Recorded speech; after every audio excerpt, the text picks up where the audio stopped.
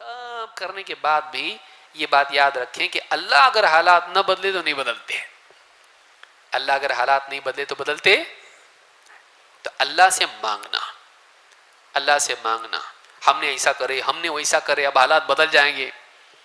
جب تک کہ اللہ نہ بدلے، بدلنے والے نہیں. تو اللہ سے دعا مانگی جائے، دعاؤں کا اہتمام کریں.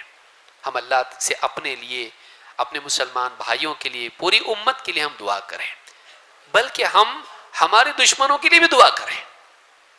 ہمارے دشمنوں کے لیے دعا کریں. اللہ کے نبی صلی اللہ علیہ وسلم فرماتے ہیں الدعاء ينفع مما نزل ومما لم ينزل.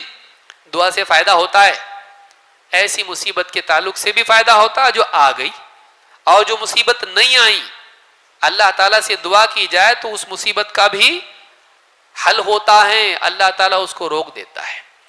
جو مصیبت نازل ہو گئی یا نہیں نازل ہوئی، دونوں کے معاملے میں دعا سے فائدہ ہوتا ہے. فعلیکم عباد اللہ بالدعاء. تو اللہ کے بندو اللہ سے دعا کرو.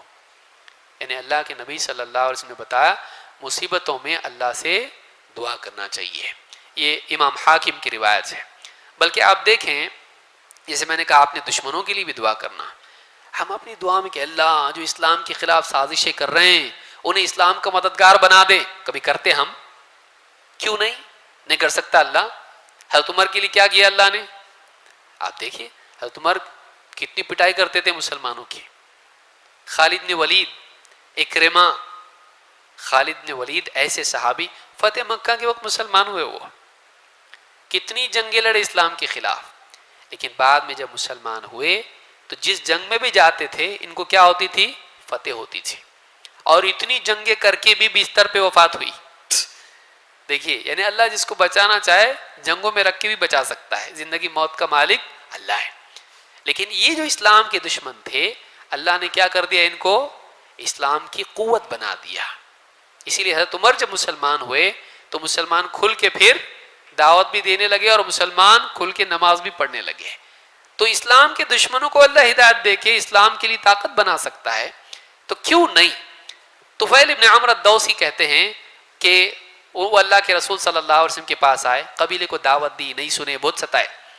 آ کے کہا کہ اللہ کے رسول قبیلہ دوس کے لیے بد دعا کیجیے، اس لیے کہ قبیلہ دوس نے دعوت کو قبول نہیں کیا، نافرمانی کی. اللہ کے نبی صلی اللہ علیہ وسلم نے ہاتھ اٹھائے. صحابہ نے بعض نے کہا اب گیا قبیلہ دوس، ہلاک ہوا. اب اللہ کے رسول دیکھو بد دعا کریں گے نا تو بربادی ہو جائیں گے. نبی کی دعا ان کے خلاف. اللہ کے رسول صلی اللہ علیہ وسلم نے ہاتھ اٹھائے. صحابی کیا کہہ رہے ہیں؟ بد دعا کیجیے. آپ نے ہاتھ اٹھا کے کہا اے اللہ قبیلہ دوس کو ہدایت دے، اور انہیں لیا. اے اللہ قبیلہ دوس کو ہدایت دے، انہیں لیا. صحابی ڈیمانڈ کر رہے ہیں بد دعا کی، اللہ کے رسول دعا کر رہے ہیں ان کی ہدایت کی. کبھی ہم اپنے دشمنوں کے لیے، اسلام کے دشمنوں کے لیے ہدایت کی بھی دعا کر لیں، کیوں نہیں؟ ہم لوگ کتنے کنجوس ہیں کہ ہمارے دماغ میں ہے ہی نہیں ان کی ہدایت. ہو سکتا ہے وہ اسلام کے خلاف لڑنے والے، اسلام کے خلاف بولنے والے، اگر اللہ ان کو ہدایت دے. تاریخ میں ہوا نہیں؟ ہوا ایسا. بلکہ آپ دیکھیے اللہ کے نبی صلی اللہ علیہ وسلم جب طائف گئے اتنا ستائے ان لوگوں نے، پتھر مارے، لہو لہان کر دیا، پریشان کیا، دعوت قبول نہیں کی، بے عزتی کی، قوم کے بدماش لڑکوں کو پیچھے لگا دیا. جب اللہ کے رسول صلی اللہ علیہ وسلم پہنچے یعنی دور بستی سے، اس وقت میں پہاڑوں کا فرشتہ آیا، جبریل آیا. کہا اللہ کے رسول یہ پہاڑوں کا فرشتہ ہے، اللہ تعالیٰ نے آپ کے لیے اس کو بھیجا ہے، آپ حکم دیجئے کہ یہ فرشتہ کیا کرے گا. فرشتے نے خود سلام کیا، کہا آپ حکم دیجئے، اگر آپ کہیں تو میں ان کو کیا کروں؟ ان دونوں پہاڑوں کے درمیان کچل کے رکھ دوں.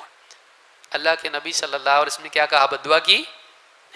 کہا کہ یہ نہیں تو میں ان کی اولاد سے امید رکھتا ہوں کہ اللہ تعالیٰ ان کی اولاد میں ایسوں کو پیدا کرے گا جو اللہ تعالیٰ کی عبادت کریں گے، اس کے ساتھ شرک نہیں کریں گے.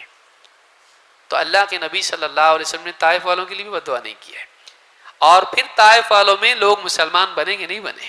ان میں سے نکلے لوگ. لہٰذا کبھی مایوس نہیں ہونا، امید رکھنا. ہمارے پاس ایک ایسی طاقت ہے جو کسی کے پاس نہیں ہے. وہ کیا ہے؟ دین اسلام. ہمارے پاس یہ دین ہے، ہمارے پاس اللہ ہے، ہمارے پاس قرآن جیسی کتاب ہے، ہمارے پاس آئیڈیل سب سے بہترین شخصیت محمد صلی اللہ علیہ وسلم میں